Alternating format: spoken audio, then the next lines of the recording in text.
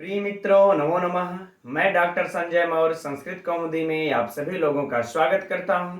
मित्रों, शाम के 7:30 बज चुके हैं और हम लोग प्रतिदिन इसी समय एलटी ग्रेड शिक्षक भर्ती की तैयारी करते हैं और इस समय एलटी ग्रेड शिक्षक भर्ती से के पाठ्यक्रम के अनुसार हम लोग नीति शतकम ग्रंथ का अध्ययन कर रहे हैं और कल की कक्षा तक हम लोग नीति शतकम ग्रंथ से मूर्ख पद्धति का अध्ययन समाप्त कर चुके हैं और अब आज की कक्षा में मित्रों हम लोग विद्वत पद्धति के इस श्लोक से अर्थात इस 12वें श्लोक से अध्ययन को प्रारंभ करते हैं। तो चलिए आप लोग अपनी नोट्स, अपनी पुस्तक नीति शतकम लेकर के बैठ जाइए और हम लोग अपना अध्ययन प्रारंभ करते हैं। तो पहले मित्रों हम लोग इस श्लोक के अर्थ को देखेंगे, फिर इसके व्याकरणात्मक टिप्पणियों को, फिर परीक्षा उपयोगी प्रश्नों को देखा जाएगा। तो चलिए अध्ययन प्रारंभ करते हैं। एक बार पढ़ लेते हैं मित्रों हम लोग इसको। शास्त्रोपस्कृत शब्द सुंदर गिरः शिष्य प्रदेयागमाः विख्याता कवयो वसन्ति विषये यस्य प्रभोः निर्धनाः तज्जाड्यं वसुधाधीपस्य सुधियस्तु अर्थं विनापीश्वराः कुत्स्याः स्युः कुपरीक्षिका न मणयो यही अर्घतः पतिताः।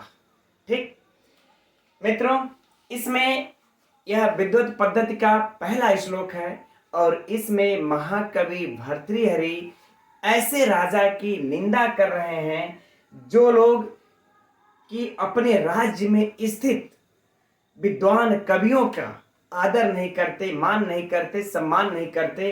तो आइए इसके अर्थ को हम लोग देखते हैं। कह रहे हैं कि शास्त्रोपस्कृत यानी कि शास्त्र से उपस्कृत, शास्त्र से परिष्कृत, है ना। आराम से इसका अर्थ हो जाएगा शास्त्र से परिष्कृत। ठीक, शास्त्र से परिष्कृत शब्द माने कि शब्द हो जिसके पास शास्त्र से परिष्कृत शब्द हो और करे सुंदर गिरह, और जिसके पास सुंदर गिरह माने वाणी हो और जिसके पास सुंदर मनोहर वाणी हो। तो मित्रों ये मनोहर गिरह क्या होगी? वाणी विशेष्य और सुंदर क्या हो जाएगा? विशेषण। उसी प्रकार से यहां पर भी शब्द क्या हो जाएगा? विशेष्य। अब वह शब्द कैसा है ना। शब्द तो हर किसी के पास होते हैं, लेकिन करें कि यह शब्द शास्त्र से परिष्कृत है जिसके पास, है ना। चलिए और करें कि शिष्य प्रदेयागमा, शिष्य प्रदेयागमा करें। शिष्य को प्रदेया मतलब देने वाली, शिष्य को देने वाली करें शिक्षा हो, है ना। शिष्य को देने वाली यानी कि देखिए हर किसी के पास शिक्षा होती है। कोई हो सकता है बुरा जादू टोना भी सीखा हो, यह भी एक तो शिक्षा है, लेकिन क्या वह किसी शिष्य को देने योग्य है? नहीं ना। लेकिन करें कि उस कवि के पास अच्छे शिष्यों को देने वाली शिक्षा भी है। ठीक, यहां पर शिष्य लिख ही लेते हैं। ठीक, शिष्य को देने वाली शिक्षा भी है। अब कहते हैं ऐसे विख्याता कवयो हो, ऐसे विख्याता कवयो हो, ऐसे विख्यात कवि, ऐसे विख्यात कवि। अब मित्रों अब यहां पर देखिए यह दोनों शब्द जो आए हैं, शास्त्र उपस्कृत शब्द सुंदर गिरह और शिष्य प्रदेयागमा, ये दोनों इस कवयो के क्या है? विशेषण है। यह विख्याता भी क्या है? विशेषण है। कवि तो हर कोई होता है लेकिन हर कोई विख्यात नहीं होता, लेकिन कह रहे हैं कि विख्यात कवि है तो यह भी हम लोगों का मित्रों क्या हो जाएगा? विशेषण, है ना। और इसी के साथ ही जो ऊपर वाला हम लोग यह दोनों पढ़े, यह भी दोनों क्या है? इस कवि का विशेषण। तो कह रहे ऐसे कवि वसंती मतलब रहते हैं, वसंती अर्थात रहते हैं। ठीक, विषय यह मित्रों महत्वपूर्ण शब्द है, इसका सप्तमी विभक्ति है। विषय मतलब राज्य में, इसको याद रख लीजिएगा, शायद यह एक बार पूछा भी है। ठीक है ना, इसलिए हम लोगों को इसे याद रखना होगा। विषय अर्थात राज्य में। यस्य मतलब जिस, ठीक। अब प्रभो मतलब राजा, है ना। और निर्धना माने गरीब, निर्धन, है ना, निर्धन रहते हैं। बात को समझ ले, है ना, कि जिस राज्य में, जिस राजा के राज्य में निर्धन कवि रहते हैं, निर्विख्यात हो और निर्धन कवि रहते हैं, ठीक। अब आइए चलते हैं नीचे। कह तत् जाड्यम, तत् जाड्यम मतलब उस, तो किस उस, यह जो तत् सर्वनाम आया किसके लिए आया, उस राजा की, उस राजा की। जाड्यम मतलब मूर्खता है, उस राजा की क्या है, मूर्खता है ना। वसुधा अधिपस्य, वसुधा अधिपस्य मतलब राजा, उस राजा की मूर्खता है, ठीक है ना। बस इतने ही का मित्रों पहले हम लोग अर्थ एक बार पुनः समझ लेते हैं। कह रहे हैं कि जिस राजा के राज्य में, जिस राजा के राज्य में ऐसे कवि रहते हो, कैसे, कह रहे हैं कि शास्त्रोपस्कृत शब्द सुंदर गिरह, यानी जिसके पास शास्त्रों से परिष्कृत सुंदर वाणी है, और शिष्य प्रदेयागम, और जिस कवि के पास ऐसा ज्ञान हो जो कि शिष्यों को देने वाला ज्ञान है, ऐसा ज्ञान हो, ऐसे विख्यात कवि वसंत मने रहते हैं जिस राजा के राज्य में। लेकिन वह कवि कैसे रहते, निर्धना, वो जो कवि है ना उस राजा के राज्य में निर्धन रहते हैं, यानी कि राजा उनको धन इत्यादि नहीं देता है, उनका मान सम्मान ध्यान नहीं रखता है, ठीक। तो कह रहे हैं कि तज्जाड्यम वसुधाधीपस्य, तत्जाड्यम तो उस वसुधाधीपस्य, उस राजा की, हम लोग यही बल्कि इस राजा के यहां से हटा लेते हैं, तत् वसुधाधीपस्य, उस राजा की, जाड्यम मतलब मूर्खता है, तो उस राजा की मूर्खता है कि जो ऐसे विद्वान कवि उसके राज्य में है, रहते हैं और वो निर्धन है ना। अच्छा, अब यहां पर ये शब्द को भी समझिएगा, शुद्धियस्त्वर्थम बिना ईश्वरा, बहुत महत्वपूर्ण ये वाली ही पंक्ति है मित्रों, इसको अंडरलाइन कर लीजिएगा, यह सुक्ति भी है, ठीक है ना। शुद्धिया मतलब होता है विद्वान, शुद्धिया अर्थात विद्वान। तू अर्थम हम लोग विच्छेद कर देंगे, तू अर्थम त्वर्थम, ठीक। तो तू अर्थम विद्वान, तो अर्थम मतलब धन के बिना ही, धनम बिना यानी कि धन के बिना ही, है ना, हो जाएगा ना। अर्थ फिर से समझिएगा, शुद्धिया मतलब विद्वान, तू अर्थम, तू मतलब तो, अर्थम मतलब कि धन के बिना माने धन के बिना ही, धन के बिना अपि ईश्वरा, ईश्वरा मतलब समर्थ है, क्या है, समर्थ है। आगे बातें समझ में ना, कि विद्वान तो धन के बिना ही समर्थ है, तो यह मित्रों शुक्ति है, इसको अंडरलाइन कर लीजिएगा, महत्वपूर्ण है, परीक्षा में पूछ भी चुका है, हो सकता है पूछ भी दे, सिर्फ इतना ही देगा, है ना। तो विद्वान लोग जो होते हैं वो तो धन के बिना ही समर्थ है, अर्थात धनवान है। अच्छा, एक चीज और भी यहां पर हम इसमें यहीं पर याद दिला देना चाहेंगे कि यहां पर मित्रों देखिए कि वह निर्धन होते हुए भी समर्थ है, धनवान है, तो यहां पर विरोधाभास अलंकार भी है, इस पंक्ति में याद रखिएगा, है ना, विरोधाभास अलंकार है, क्योंकि वो उसके पास धन नहीं है फिर भी वो समर्थ है, तो ये विरोध उत्पन्न हो रहा है, विरोधाभास अलंकार है, राइट। चलते हैं, अब नीचे बढ़ते हैं। कुत्स्याह शिव कु परीक्षा, कुत्स्याह मतलब निंदनीय, क्या कह लें, निंदनीय है ना। कुत्स्याह मतलब निंदनीय है, कौन, शिव कुपरीक्षका, कुपरीक्षका मतलब जो बुरे परीक्षक है, जो बुरे परीक्षक है वे निंदनीय हैं, अनामणयोः, न कि मणि निंदनीय होती है, नहीं, मणि निंदनीय नहीं होती है, जो बुरे परीक्षक होते हैं वह निंदनीय होते हैं। और यही मतलब जो अर्घतः माने मूल्य, अर्घतः मतलब मूल्य होता है मित्रों, इसको भी शब्दावलियों में नोट कर लीजिएगा, पूछा जा सकता है। करे जो मूल्य को पतिता माने गिरा देते हैं, जो उसके उस मणि के मूल्य को गिरा देते हैं, उस हीरे के मूल्य को गिरा देते हैं। यदि किसी जौहरी के पास आप जाते हैं बिल्कुल शुद्ध हीरा लेकर के, मूल्यवान हीरा लेकर के, और उसका अगर वो जांच परख मतलब उसको पारखी की विद्या नहीं आती, अर्थात तो उसकी परख नहीं कर पाता है, तो उसकी कीमत तो थोड़े ही लगाएगा ना। तो इसमें उस हीरे की क्या दोष है? हीरा का तो कोई दोष नहीं है ना। किसका दोष है? उस पारखी का दोष है, जो कि उस हीरे का परीक्षक है, सुनार है, उसका दोष है, जो उसके मूल्य को गिरा दे रहा है। ना मड़े मणि का दोष नहीं है। ठीक इसी प्रकार से हम लोग इन तीनों लाइनों को भी रख लें कि जिस राजा के राज्य में ऐसे विख्यात कवि, जिसके पास शास्त्र से परिष्कृत वाणी, सुंदर वाणी हो और शिष्य को देने वाली शिक्षा हो, ऐसे जिसके राजा के राज्य में ऐसे कवि यदि निर्धन रहते हैं, तो उस राजा की गलती है, वह राजा की कमी है, ना कि उस विद्वान कवि की, ना कि उस विद्वान विख्यात या कवि की। यद्यपि विद्वान धन, जो विद्वान लोग होते हैं वो तो धन के बिना ही समर्थ होते हैं। ठीक है मित्रों, ये इसका हो गया हिंदी में अर्थ, है ना। अब हम लोग इसको, अच्छा हाँ, यहीं पर एक चर्चा और भी कर लेते हैं यहां पर कि कुत्स्या शिव कु परीक्षका न मड़ियो यही अर्घता पतिता, यह भी सुक्ति है, इसको भी अंडरलाइन कर लीजिएगा।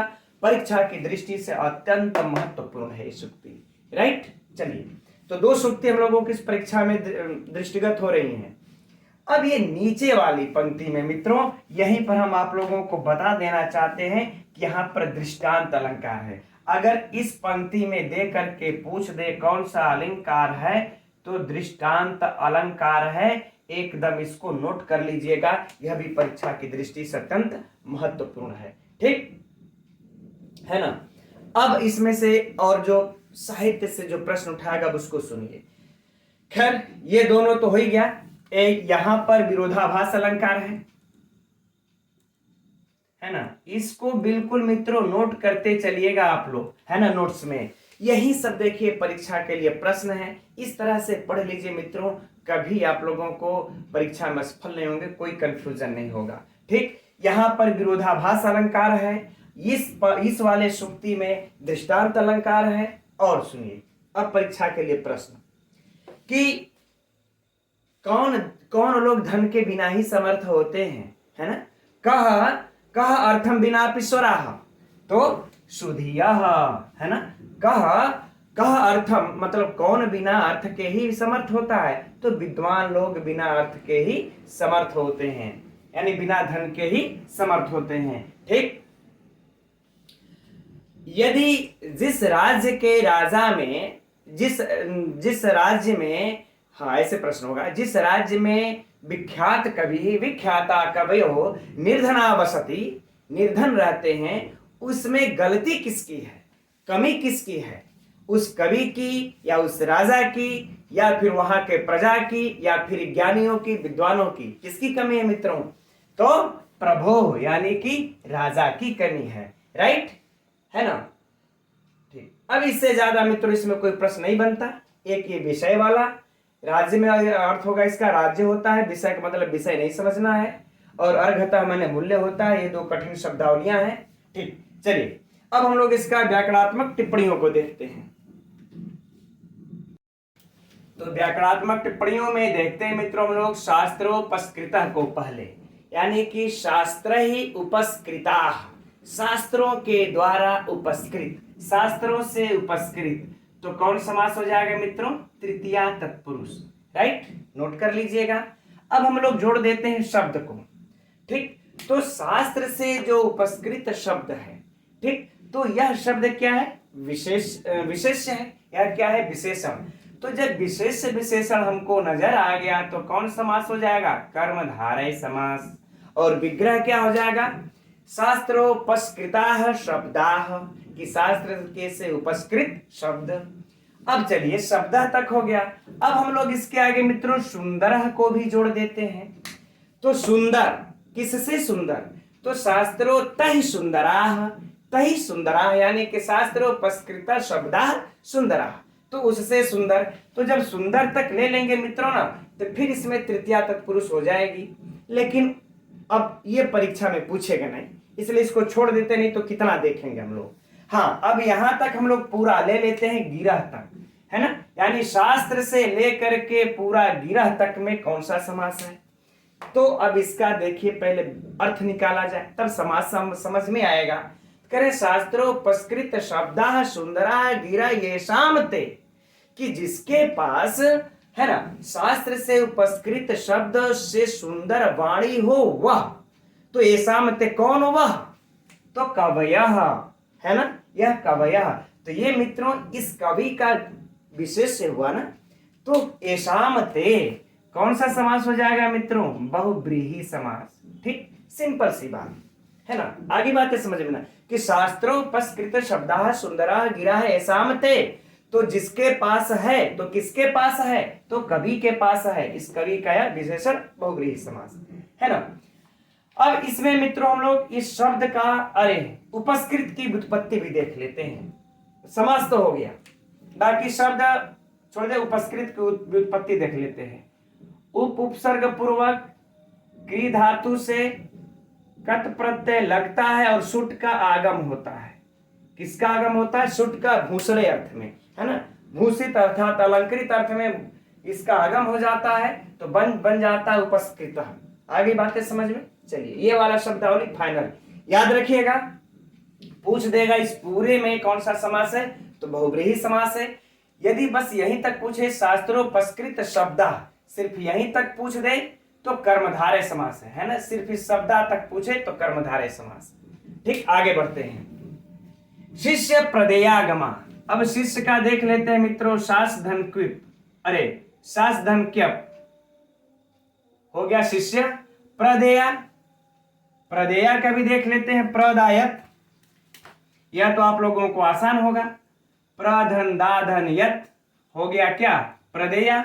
अब आगमा है ना, आधन गम धन अप, ठीक हो जाएगा आगमा। अब इसके बाद शिष्य प्रदेयागमा, संधि हो गई, दीर्घ संधि बन गया, शिष्य को प्रदान करने वाली है ना शिक्षा।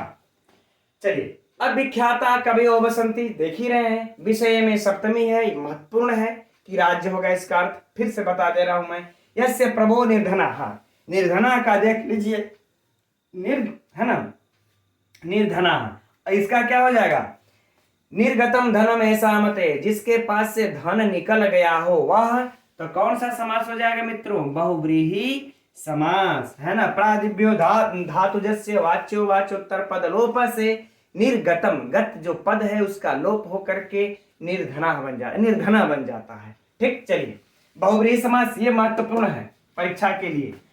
तत् जाड्यम, जाड्यम है ना, यह भी मित्रों महत्वपूर्ण है, यह परीक्षा में पूछ चुका है। जड धन से प्रत्यय होता है, इसको नोट कर लीजिएगा। जड धन से प्रत्यय मिल करके बनता है जाड्यम, राइट। चलिए वसुधा माने पृथ्वी, अधिपस्य, वसुधाधिपस्य, वसुधा का अधिप है ना।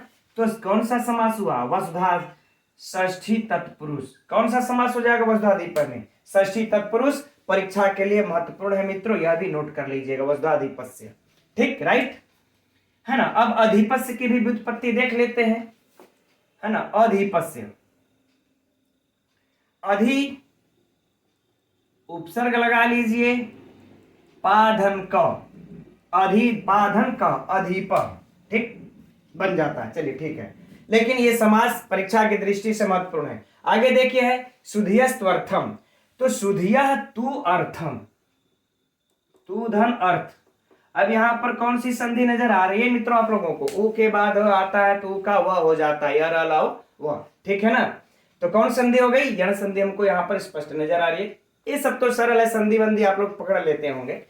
ठीक, विनापि ईश्वराः, ईश्वराः, ईश्वराः में मित्रों पहले तो ईश्वर का हम लोग देख लेते हैं, बहुत बहुत महत्वपूर्ण है। इस धन वरच, वरच प्रत्यय लग करके बनता है ईश्वरः, है ना।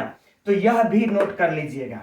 अब आगे देखते हम लोग कुत्स्याः, है ना। तो कुत्स्याः, कुत्स, कुत्स धन ण्यत् बन जाता है मित्रों कुत्स्याः। ठीक, कुपरीक्षिका, तो कुपरीक्षिका यानी कि प्रादि समास है ना। अब परीक्षिका का आप लोग समझ ही रहे, परि उपसर्ग पूर्वक इक्ष धातु से ड़ौल प्रत्यय लग करके बन जाता है कुपरीक्षक, मतलब परीक्षक। और कु के साथ इसका समास हो गया, सिंपल है। न मणयो यही अर्घतः पतिता है, बाकी सब तो सेम है, अरे विशेष कोई बात नहीं है। ठीक है मित्रों, तो ये व्याकरणात्मक टिप्पणियों में फिर से मैं इंगित कर रहा हूं कौन कौन परीक्षा के लिए महत्वपूर्ण है।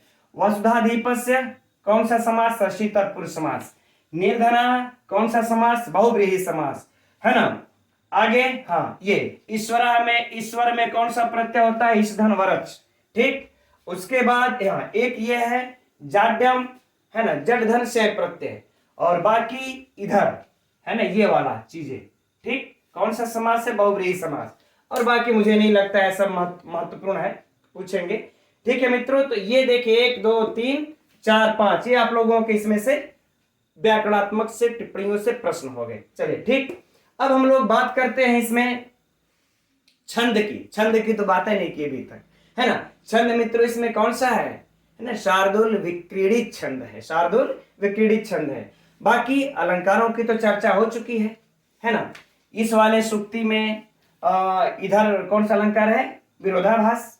इधर कौन सा अलंकार है, नीचे वाले में दृष्टांत, चूंकि वो दृष्टांत दे रहे हैं। ठीक है ना, चलिए ठीक है मित्रों, तब ये श्लोक आप लोगों का बिल्कुल कंप्लीट हो गया। अब इसमें से कहीं से भी प्रश्न बना करके पूछे, मेरा दावा है कि आप अब कभी भी कंफ्यूज नहीं होंगे, धराशायी नहीं होंगे। चलिए अब आगे बढ़ते हैं। तो अब आगे इस 13वें श्लोक को देखते हैं मित्रों, हम लोग एक बार इसको पढ़ लेते हैं। तो हर्तु याति न गोचरम किमपि संपुष्णाति यत् सर्वदापि अर्थिभ्यः प्रतिपाद्यमान मनिषं प्राप्नोति वृद्धिं परां कल्पान्ते स्वपि न प्रयाति निधनं विद्याख्यम् अंतर्धनम् येषां तान् प्रतिमान मुज्झत नृपाः कस्तैः सह स्पर्धते। कह रहे हैं महाकवि भर्तृहरि की, हे राजाओं, जो विद्वान हैं, जिनके पास यह विद्या नामक गुप्त धन है, उनके साथ घमंड करना छोड़ दो। उनके साथ कौन स्पर्धा करता है, कोई नहीं करता है। ठीक, अब आइए संपूर्ण अर्थ को मित्रों देखा जाए। हर्तु मतलब मित्रों चोर। ठीक, याति न गोचरम, गो का मतलब अर्थ होता है एक मित्रों इंद्रिय भी अर्थ होता है, और चरम का अर्थ होता है कि गोचरम यानी कि इंद्रियों के पहुंच के भीतर, अर्थात इंद्रियों के दृष्टिपथ में जो आए। ठीक, और उसके बाद पहले न याति यानी कि इंद्रियों के पहुंच से बाहर। तो किसके इंद्रियों के पहुंच के बाहर है, कहें चोर की इंद्रियों के पहुंच के बाहर है, अर्थात चोर को दिखाई नहीं पड़ता। तो अब प्रश्न उठता है कि क्या चोर को दिखाई नहीं पड़ता, तो कह रहे हैं कि विद्या, यह विद्या नामक गुप्त धन ऐसा है जो कि चोर के दिखाई नहीं पड़ता। ठीक, किमपि संपुष्णात यत् सर्वदा, करे सम मतलब कल्याण, सम अर्थात कल्याण। ठीक, अब पुष्णाति मतलब पुष्ट करता है, वृद्धि करता है। यत् मतलब जो, और सर्वदा मतलब सदैव, है ना, सर्वदा अर्थात सदैव, है ना। तो कह रहे हैं कि जो यत् किसके लिए आ गया, विद्या के लिए, और कह रहे हैं जो सदैव कल्याण को पुष्ट करता है, अर्थात सुख की वृद्धि करता है। यह दूसरा, यह विद्या, इस पद को तो मित्रों एकदम अंडरलाइन कर लीजिए आप लोग, है ना। ये सारे के सारे ये सब इसके विशेषण है, आगे और भी इसके विशेषण बोले जाएंगे, तो याद रहेगा क्या है, विशेष, है ना मित्रों। और इसके सब विशेषण बता रहे हैं। एक विशेषण यह बताए विद्या नामक जो गुप्त धन है कि वह चोरों को दिखाई नहीं पड़ता। दूसरा बताए कि यह गुप्त धन हमेशा कल्याण को पुष्ट करता है, वृद्धि करता है। आगे कह रहे हैं कि अर्थिभ्य मतलब मित्रों याचकों को, जो याचक होते हैं, इन याचकों को देने से, प्रतिपाद्यमानम अर्थात दान देने से, दान देने पर या दान देने से, अनिशम अर्थात रात दिन, प्राप्नोति प्राप्त करता है। किसको प्राप्त करता है, वृद्धि को, है ना। किसको प्राप्त करता है, वृद्धि को। कैसे वृद्धि को, तो परम वृद्धि को, है ना, कि यह विद्या नामक जो गुप्त धन है, यदि आप इसको याचकों को किसी को देंगे तो यह दान देने से रात दिन प्राप्नोति वृद्धि पराम, परम वृद्धि को प्राप्त करता है। ठीक, आगे कहते हैं कि कल्पांते स्वपि, यानी कल्प के अंत में भी, यानी बहुवचन का प्रयोग किए हैं, यानी कि कई कल्पों के अंत में, एक कल्प नहीं, कई कल्पों के अंत में भी न प्रयाति, न मतलब नहीं, प्रयाति मने गच्छत यानी जाता है, लेकिन हम लोग अर्थ लगा लेंगे होता है, तब इसका सटीक अर्थ बैठेगा मित्रों। निधनम मतलब नाश या फिर नष्ट। ठीक, तो कह रहे हैं कि कल्प के अंत में भी, कल्पांतेष्वपि, कल्प के अंत में भी इसका नाश नहीं होता है। आगे मित्रों बात समझ में, किसका, इस विद्याख्यम यानी विद्या नामक अंतर्धन मन गुप्त धन का, इस विद्या नामक गुप्त धन को यह चोरों को भी दिखाई नहीं पड़ता है, और यह हमेशा कल्याण को पुष्ट करता है, और याचकों को देने पर दिन रात वृद्धि को प्राप्त करता है, और कल्प के कई कल्पों के अंत हो जाने पर भी इसका नाश नहीं होता। ठीक, चलिए अब आगे करें कि विद्याख्यम अंतर्धनम एसाम, यानी कि यह विद्या नामक गुप्त धन, एसाम माने जिसके पास है, तान प्रति, उनके प्रति, तान कौन तान, कर जिनके पास है विद्या है उनके प्रति। अब क्या करो, मान मने घमंड, मान मर्दे घमंड, उज्जत मने छोड़ दो, छोड़ दो। तो किसको बोल रहे हैं, नृपाह मने हे राजा, संबोधन है, तो हे राजा या हे राजन, आप लोग उनके प्रति घमंड करना छोड़ दो जिसके पास यह विद्या है। कस्तहि सह स्पर्धते, कस कहतहि, कहतहि विच्छेद कर देंगे तो हो जाए विसर्ग संधि है, कहतहि माने कह माने कौन, कह मतलब कौन, और तहि माने उनके साथ, किनके साथ, जिनके पास हाई है उनके साथ। सह स्पर्धते, कौन स्पर्धा करता, अर्थात कोई नहीं स्पर्धा करता है। तो मित्रों एक बार संपूर्ण अर्थ को फिर से देख लेते हैं। तो कह रहे हैं कि यह विद्या नामक जो धन है, यह चोरों को भी नहीं दिखाई पड़ता, यह सदैव कल्याण को पुष्ट करता है। अर्थिभ्य प्रतिपाद्यमान मन संप्राप्नोति वृद्धिं पराम, यह याचकों को देने पर दिन रात बढ़ता है। मैं आप लोगों को निःशुल्क पढ़ा रहा हूं, तो मेरी भी विद्या की वृद्धि हो रही है, मेरा भी लाभ है। ठीक है ना, आगे देखिए, यह कल्प के अंत हो जाने पर भी इसका नाश नहीं होता है, और यह विद्या नामक गुप्त धन जिसके पास है, हे राजाओं, तान प्रति, उनके प्रति घमंड करना छोड़ दो। उनसे कौन स्पर्धा करता है यार, कोई नहीं करता विद्वानों के साथ स्पर्धा, तो फिर आप क्यों स्पर्धा कर रहे हो उनके साथ। ठीक, अब मित्रों चलते हैं परीक्षा उपयोगी प्रश्नों पर, अर्थ तो समझ में आ गया होगा। अब प्रश्न मित्रों पहला बहुत खतरनाक प्रश्न, कि इस विद्या नामक गुप्त धन का कितनी विशेषता को बताएं, कितने विशेषण को बताए हैं महाकवि भर्तृहरि इस श्लोक में, है ना। ये जो विद्याख्यम अंतर्धनम, इस विद्या नामक प्रश्न ध्यान से सुनिएगा मित्रों, परीक्षा के लिए नोट करें। कोई इस तरह से काउंट करके नहीं पढ़ता इतनी सूक्ष्मता से, और ऐसे एक आध दो प्रश्न परीक्षा के टीजीटी में पूछा है ना, नीति शतकम से, इसलिए हर श्लोक पर अब ध्यान देकर के पढ़ना है आप लोगों को, है ना। तो हो सकता है कि प्रश्न ऐसे ही पूछे, इसलिए काउंट करके ध्यान देकर के पढ़िए कि विद्या नामक गुप्त धन की कितनी विशेषताओं को बताया महाकवि भर्तृहरि ने इसमें। तो आइए काउंट करिए। चोर को दिख नहीं पड़ता, 1, यह कल्याण को सदा बढ़ाता है, 2, यह याचकों के देने पर दिन रात बढ़ता है, 3, और यह कल्प के अंत में भी नष्ट नहीं होता है, 4।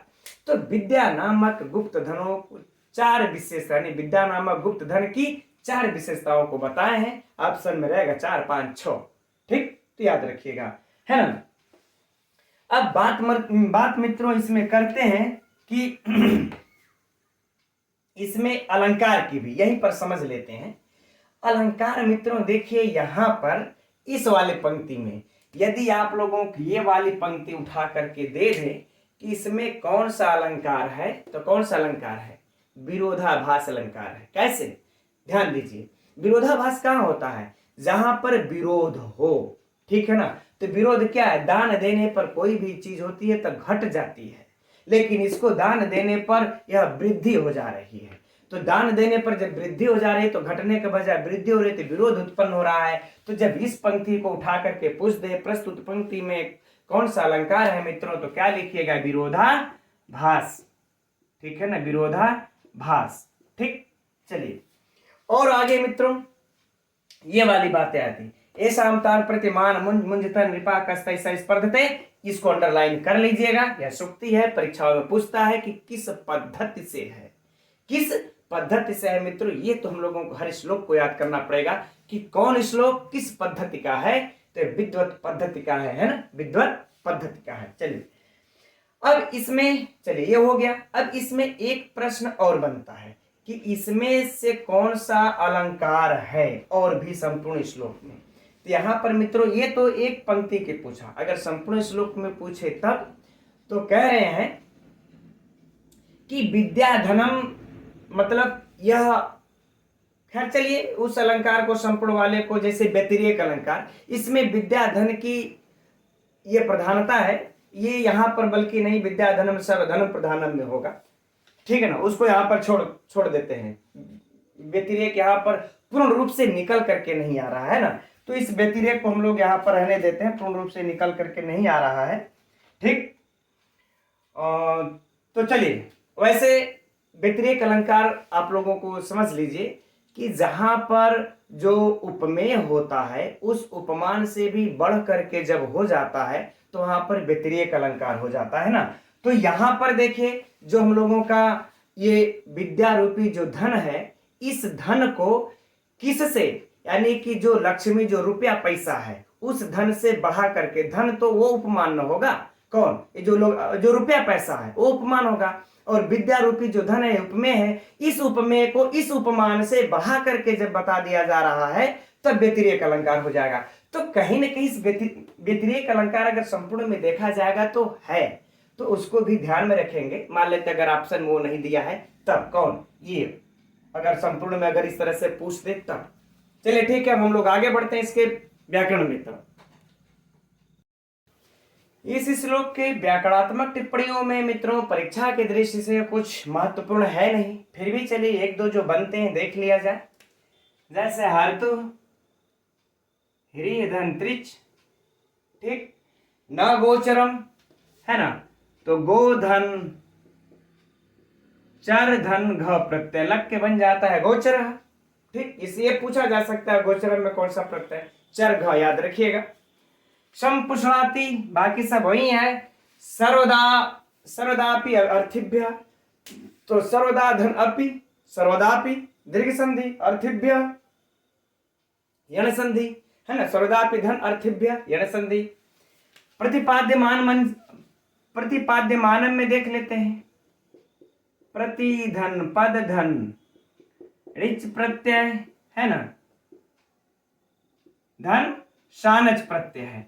तो इसमें मित्रों यह पूछा जा सकता है परीक्षा में कि प्रतिपाद्य मानन में कौन सा प्रत्यय है, तो सानच, आनच, मानच, कानच कुछ भी दे दे विकल्प में, तो सानच लगा देना। ठीक, चलिए प्राप्नोति वृद्धिम पराम, सब वही है। कल्पांते सोपिना प्रयाति निधनम विद्याख्यंत अंतर्धनम, इसको देख लेते हैं। अंतर्धनम मित्रों, तो अंतर्गत धनम होता है ना, तो अंतर्गत, अंतर्गतम धनम, तो इसमें मध्यम पद लोपीय समास है। कौन सा? मध्यम पद लोपीय समास, क्योंकि इसमें गत का जो अंतर्गत धनम, यानी कि जो विद्या जो धन है वह अंतर्गत, अंतर्गतम यानी कि अंदर गया हुआ छुपा हुआ धन है, तो गत का इसमें लोप हुआ, इसलिए मध्यम पद लोपी समास हो गया। एक चीज और है कि विद्या की व्युत्पत्ति देख लिया जाए, तो विद धातु से क्या प्रत्यय लगता है, फिर टाप लग जाता है ना, टाप भी याद रखिएगा, विद धन के प्रधन टाप बन जाता है विद्या। तो विद्या का भी थोड़ा सा परीक्षा की दृष्टि से याद रख लीजिएगा, विद्या, और इसमें अंतर्धनम में मध्यम पद लोपीय समास, और बाकी इसमें प्रतिपाद्यमानम में शानच प्रत्यय, गोचर में ये हवा है, थोड़ा सा महत्वपूर्ण है। ठीक है, अब बाकी इसमें कस्तई सा स्पर्धते, तो देख ही रहे सा के योग में तृतीया हुई है, सिंपल सी बात, इधर आगे कोई बात नहीं। अब मित्रों इसमें छंद कौन सी है, तो शार्दुल विक्रीडित छंद है। कुछ हमारे भाई बहन कहते हैं कि सर जैसे कि इस छंद को पहचानना भी आप बता ये दीजिए, तो चलिए ठीक है, उसके लिए हम जो है कि अलग से वीडियो हम बना देंगे जिसमें बिल्कुल छंद पहचाने जाएंगे। शार्दुल विक्रीडित छंद है, 19 अक्षर होते हैं, काउंट कर सकते हैं आप लोग। 1 2 3 4 5 6 7 8 9 10 11 12 13 14 15 16 17 18 19 है ना, आराम से आएगा, प्रत्येक चरण में 19 अक्षर। चलिए ठीक है, अब हम लोग अगले श्लोक को देखते हैं। तो अब आगे मित्रों हम लोग इस 14वें श्लोक को देखते हैं, एक बार इसे पढ़ लेते हैं। अधिगत परमार्थान पंडितान मा अवमस्थाः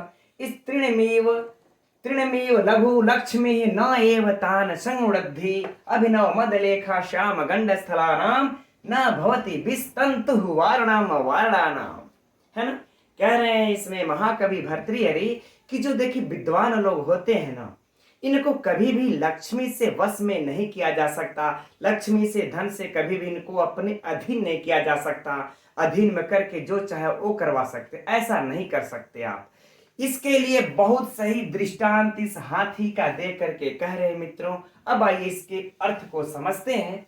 कह रहे हैं कि अधिगत परमार्थान, यानी कि अधिगत मने जो अध्ययन कर लिया है, जो पढ़ लिया है, किसको, परम अर्थान, है ना। यहां पर मित्रों देखिए परम क्या है, विशेषण है, अर्थ क्या है, विशेषण, तो कर्मधारय समास, यानी कि परम ज्ञान को, सीधे कह ले परम ज्ञान के, तो कह रहे परम ज्ञान के तत्व को अधिगत मने जो पढ़ लिया है, जो प्राप्त कर लिया है, ऐसे पंडितान मतलब विद्वानों को, पंडितों को, मां अलग कर लेंगे मित्र यहां पर, मां अवमस्थान, है ना, मां मने मत, अवमस्थान मने अपमान करो, अपमान करो, ठीक। तो कह रहे हैं कि सुनो भाई, जो लोग परम तत्व, परम ज्ञान के तत्व को जान चुके हैं, ऐसे पंडितों का, विद्वानों का अपमान मत करो, ठीक। सुनो, अगर आगे कर, अगर तुम चाहते हो कि हम इनको लक्ष्मी से वश में करके जो चाहेंगे वो करा कर इनका अपमान कर सकते हैं, तो नहीं कर सकते। कह रहे हैं कि तृणमीव, क्योंकि तृण मतलब तिनका, है ना, तिनके के समान, लघु मतलब तुच्छ, लक्ष्मी मने लक्ष्मी, कह रहे तिनके के समान तुच्छ लक्ष्मी, न एव तान मतलब उनको, किनको, है ना, तिनके के समान तुच्छ लक्ष्मी, न एव न ही उन, तान माने उनको, किनको, करे पंडिता, यानी कि उन विद्वानों को, संवृद्धि माने बांध सकती है ना। तो नहीं यहां पर क्या है, न संवृद्धि, तो क्या हम लोग हो जाएगा, नहीं बांध सकती है, ठीक, नहीं बांध सकती है। अब बात समझ गए ना, ठीक। तो कह रहे हैं, मान लेते हैं किसी राजा को इंगित करके, किसी धनाढ्य व्यक्ति को इंगित करके यह कह रहे हैं महाकवि भर्तृहरि कि सुनो, जो परम तत्व के ज्ञान को जान गए हैं, उन विद्वानों का अपमान मत करो, क्योंकि तिनके के समान तुच्छ लक्ष्मी, लघु लक्ष्मी ने तिनके के समान तुच्छ लक्ष्मी उनको कभी बांध नहीं सकती। अगर तुम सोच रहे हो ऐसा कि तिनके के समान तुच्छ लक्ष्मी से हम इनको बस में कर लेंगे, इनको बांध लेंगे और जो चाहेंगे वो करवाएंगे, तो ये तुम्हारी भूल है। उसके लिए बहुत सही मित्रों अगली दो पंक्तियों में दृष्टांत दे रहे हैं। इसमें दृष्टांत अलंकार भी है, यह याद रखिएगा, शुद्ध रूप से दृष्टांत अलंकार है, कोई झंझट नहीं इसमें। तो ये दृष्टांत देते हुए देखिए कितना सही समझा रहे हैं महाकवि भर्तृहरि कि अभिनव मद लेखा, अभिनव मद लेखा, करें अभिनव मतलब नया, मद लेखा माने मद की पंक्ति, है ना, मद की पंक्ति, है ना। जैसे देखिए मद की पंक्ति को चूने के कारण, बहने के कारण, श्याम मतलब काला पड़ गया हो, श्याम मतलब काला पड़ गया हो, गंड स्थला नाम माने जिसका गंड स्थलानी कपोल, सिर जो है यह जिसका देखिए गंड स्थल माने कि काला पड़ गया हो, ऐसे वर्णा नाम माने हाथियों का, हाथियों का। तो मित्रों यह हाथी क्या हो गया? विशेष्य। और यह ऊपर की पंक्ति तीसरी वाली जो देख रहे हैं ये इसका विशेषण है। कह रहे कैसे हाथियों का, हाथी में कैसा हाथी? तो कह रहे ऐसा हाथी हो जिसका कि नया मद की पंक्ति को बहने के कारण काला पड़ गया हो गंडस्थल। तो देखिए मित्रों यहां पर कहा, अब ऐसे थोड़ा सा हम लोग समझेंगे भी इसको और भी सूक्ष्मता से, लेकिन फिर ये बता रहे हैं कि ऐसे हाथियों का न भवती नहीं होता है विष तंतु मने कमल नाल का धागा। कमल नाल का धागा, धागा मतलब समझ रहे हैं ना मित्रों, जो समझ ही रहे होंगे आप लोग, जो कमल डंठल होता है उसमें से एक रेशा उसका निकाल लेंगे वो धागा है ना। तंतु वारणम मने की बंधन, क्या बंधन। कह रहे कि हाथियों का, ऐसे हाथियों का जिनका नया मद पंक्ति चूने के कारण गंड स्थल काला पड़ गया हो, ऐसे हाथियों का कभी कमल नाल का धागा बंधन नहीं होता है ना। देखिए मित्रों ये महाकवि लोग हैं, इनकी दृष्टि बड़ा ही सूक्ष्म होती है। यह कैसे हाथियों की बात कर रहे हैं है ना, कि ऐसे हाथियों का, इसका तात्पर्य मित्रों जो देखिए युवा हाथी होते हैं, नौजवान हाथी होते हैं, उनके मद से, उनके गंड स्थल से एक जो है कि मद चूता है। कब? जब वह युवा होते हैं तो उनके जो मद चूता है, बहता है, तो लगातार बहने के कारण उनका श्याम गंड स्थल यानी वो जहां से बहता है वो स्थल काला पड़ जाता है। तो जब बताइए युवा हाथी से ही यह बहेगा, तो जब युवा हाथी है तो उसको आप इस कमल नाल के धागे में बांध सकते हैं? नहीं बांध सकते। नहीं, ये सूक्ष्म है, कवि की दृष्टि सूक्ष्म दृष्टि है। क्योंकि यहां पर अगर सिर्फ हाथी कह देते तो जो हाथी मान लेता असहाय हो, बीमार होकर के पड़ा हो, उसको तो कौनो धागा लगा करके जो हिलडुल नहीं सकता लगा के बांध सकते हैं। इसीलिए देखिए कहा जाता है कवियों की सूक्ष्म दृष्टि है ये, कि ऐसे हाथी का जो कि युवा है, जिसका मद चू रहा है, गंड स्थल काला पड़ गया है, ऐसे हाथियों का कभी ये कमल नाल का धागा वारण यानी बंधन नहीं हो सकता। ठीक है मित्रों, संपूर्ण अर्थ को एक बार पुनः देख लेते हैं। कह रहे हैं कि हे राजाओं, हे धनवानों, ठीक है ना, जो व्यक्ति जो परम तत्व के ज्ञान को प्राप्त कर लिए हैं, ऐसे विद्वानों का तुम अपमान मत करो। उनके तिनके के समान तुच्छ समझने वाले लक्ष्मी को उनको कभी बांध नहीं सकती। ठीक उसी प्रकार जैसे कि नया मद पंक्ति चूने वाले काले हाथियों का बंधन कभी भी कमलनाल का धागा नहीं हो सकता। ठीक मित्रों, अब देखिए इसमें चलते हैं परीक्षा के प्रश्न की तरफ। तो इसमें यह प्रश्न मित्रों पूछ चुका है, वर्णा नाम मने का होगा, पंक्ति दे करके वर्णा नाम का अर्थ बताएं। बंधन वर्ण बारण कुछ भी, तो क्या होगा? हाथी। एकदम नोट कर लीजिएगा, वेरी वेरी इंपॉर्टेंट। ठीक, अब इस श्लोक में मित्रों अलंकार कौन सा है? तो मैंने पहले ही कह दिया कि दृष्टांत अलंकार है। दृष्टांत दिया जा रहा है। इस तथ्य को समझाने के लिए, ऊपर के दो पंक्तियों को समझने के लिए ये अलग से दृष्टांत दिया जा रहा है। राइट, चलिए ये हो गया। अब देखिए इसमें से प्रश्न उठता है ना, क्या कि विष तंतु किसका वारण नहीं हो सकता, किसका बंधन नहीं हो सकता, कमलनाल का धागा किसका बंधन नहीं हो सकता। ठीक प्रश्न है। ऑप्शन में हाथी दे दे, विद्वान दे दे, राजा दे दे। ठीक है, तो हम लोग वारणा नाम हाथी ही लगाएंगे, दूसरा कुछ नहीं लगाएंगे। ठीक, प्रश्न हो गया। ठीक, अगला प्रश्न है कि तिनके के समान तुच्छ लक्ष्मी किसको नहीं बांध सकती। तिनके के समान तुच्छ लक्ष्मी किसको नहीं बांध सकती? तो अधिगत परमार्थान पंडितान, इनको नहीं बांध सकती। ठीक है ना।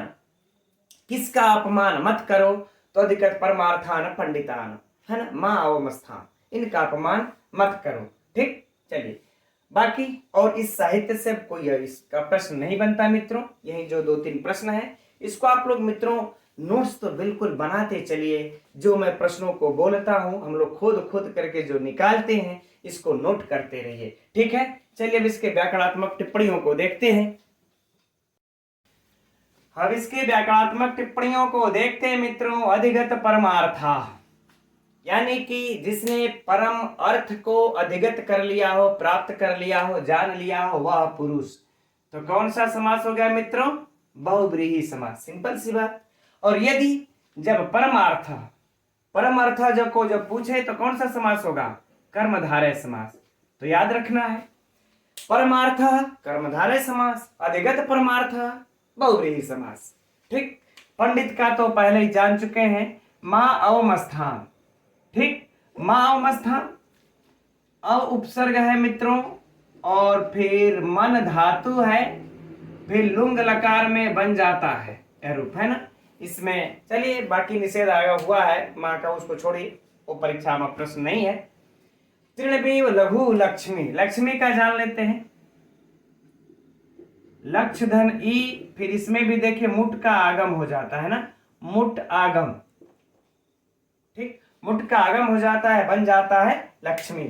तान संग रुद्धि, तो बाकी सब इजी ही है। चलिए, अभिनव मद लेखा, अभिनव मद लेखा। ठीक, तो अभिनव मद में कौन सा समास होगा मित्रों? कर्मधारय समास। और अभिनव मद लेखा श्याम गंड स्थलानाम पूर्ण में क्या हो जाएगा? बहुव्रीहि समास, है ना। क्योंकि ऐसा कौन है जिसके मतलब कि नया मद लेखा के बहने के कारण जिसका गंड स्थल काला पड़ गया हो, वह हाथी। ठीक, तो बहुव्रीहि समास, है ना। विष न भवति, बाकी सब वही है। विष तंतु, विषस्य तंतु, षष्ठी तत्पुरुष समास। कौन सा समास? षष्ठी तत्पुरुष समास। वार्णम वार्णानाम, ठीक, वार्णम में वार्णानाम अब आप लोग समझ ही सकते हैं, ये वार्णानाम माने हाथी। ठीक, हाथियों का तो षष्ठी बहुवचन है, सिंपल सी बात है। ठीक है मित्रों, अब इसमें हम लोग थोड़ा सा छंद की बात कर लेते हैं मित्रों। तो छंद इसमें कौन सा छंद है? मालिनी छंद है ना। मालिनी छंद है, लिख लेते हैं कहीं भी, मालिनी छंद है। ननमयुतेयं मालिनी भोगलोकै, है ना। न न म य, न न म युते, न न म य। ठीक, यानी कि 5 3 15, है ना। क्या होता है? नगड़, न न म य, नगड़ नगड़ मगड़ यगड़ यगड़, 3 3 यानी 3 5 15। काउंट कर लीजिए आप लोग, 15 अक्षर आएंगे। 1 2 3 4 5 6 7 8 9 10 11 12 13 14 15। ठीक, आधे अक्षर को तुम लोग गिनते नहीं है। अब बात रह गई मित्रों ये लगाने की ना, तो नगड़ नगड़ नगड़ होना चाहिए। अब या माता राज भान सलगा, आप लोगों को छंद को लगाना अगर आप लोग जानते हैं, चलिए ठीक, अच्छा हमारे कुछ भाई बहन कह रहे हैं कि छंद लगाना, चलिए अच्छा संक्षेप में मैं थोड़ा सा हम बता दे रहे हैं। तो आप लोग ये लिख लिया करिए, या माता राज भान सलगा, ठीक है ना, इस तरीके से अब लिख लीजिए। अब देखिए यहां पर क्या है? न है, नगड़ है, तो न स ल, यानी कि सब सिंगल सिंगल होने चाहिए, एक एक अक्षर। तो देखिए इसमें हम लोगों को मालिनी को हटा देते हैं। देखिए अ में क्या है? ह्रस्व है, लघु, ध्य में लघु, ग में लघु, फिर क्या है? फिर से नगड़ आया है, फिर लघु लघु होना चाहिए। तो त प र, इसमें भी लघु है, फिर क्या है? मगड़। अब मगड़ की बात करें मित्रों तो क्या हो जाता है? मातारा, यानी कि गुरु गुरु गुरु, तो तीनों गुरु गुरु गुरु होने चाहिए। तो माँ में देखिए गुरु है, था में भी गुरु है, प में भी गुरु है ना, प में भी गुरु है। ठीक, क्योंकि इसके पहले ही आधा अक्षर जिसके पहले हो जाता है मित्रों गुरु हो जाता है ना। और यहां भी देखिए ड है ना, आधा अक्षर है, ड और अड़ है। ठीक, तो ये भी गुरु हुआ। तो एक देखिए यहां पर नगड़, फिर ये क्या हुआ? नगड़, ये क्या हो गया आपका? मगड़। बाकी इसी तरह से मित्रों यगड़ यगड़ भी घटा लेंगे तो हम छंद को बिल्कुल पहचान सकते हैं कि ये मालिनी छंद है, ये शार्दुल है, मंदाक्रांत है, फलाना है, ढिमका है। वैसे मैं छंद पर आप लोगों को विधिवत समझा करके बताऊंगा, अलग से हम पढ़ाएंगे, उसके लिए टेंशन फ्री रहिए। ठीक, फिलहाल आप लोग इतना पहचान लीजिए। चलिए अब इसमें से परीक्षा के लिए प्रश्नों की अगर चर्चा किया जाए मित्रों, ये तो शॉर्टकट में हो गया छंद की पहचान। तो ये तो वर्णानाम चर्चा पहले ही हो चुकी है, पूछ ही चुका है। अब बाकी व्याकरणात्मक टिप्पणियों से इसमें कुछ विशेष प्रश्न बनते नहीं है मित्रों। परमार्थ पूछा है, ठीक है, कौन सा समास है? तो कर्मधारय समास है, बाकी और तो कुछ है नहीं। चलिए ठीक है, अब मित्रों आज की कक्षा में इतना ही रहने देते हैं। और आप लोगों को एक सूचना भी हम देना चाहते हैं कि अब देखिए कल होगी होलिका दहन शाम को, तो आप सभी लोग होलिका दहन में व्यस्त रहेंगे, फिर आगे अगले दिन आप लोग होली खेलने में व्यस्त व्यस्त रहेंगे। तो इसलिए अब इधर भी तो 3 दिन देख लेते हैं, तो हम लोगों का अवकाश रहेगा। आप लोग भी होली की त्योहार मनाइए, खुशियां बांटिए, और आप सभी हमारे प्यारे प्यारे भाइयों बहनों को होली की हमारे तरफ से, संस्कृत कौमुदी की तरफ से ढेर सारी शुभकामनाएं। अब हम लोग मिलेंगे होली के बाद इसी समय 7:30 बजे आगे 15वें श्लोक के साथ, विद्वत पद्धति के साथ। तब तक मित्रों, नमो नमः।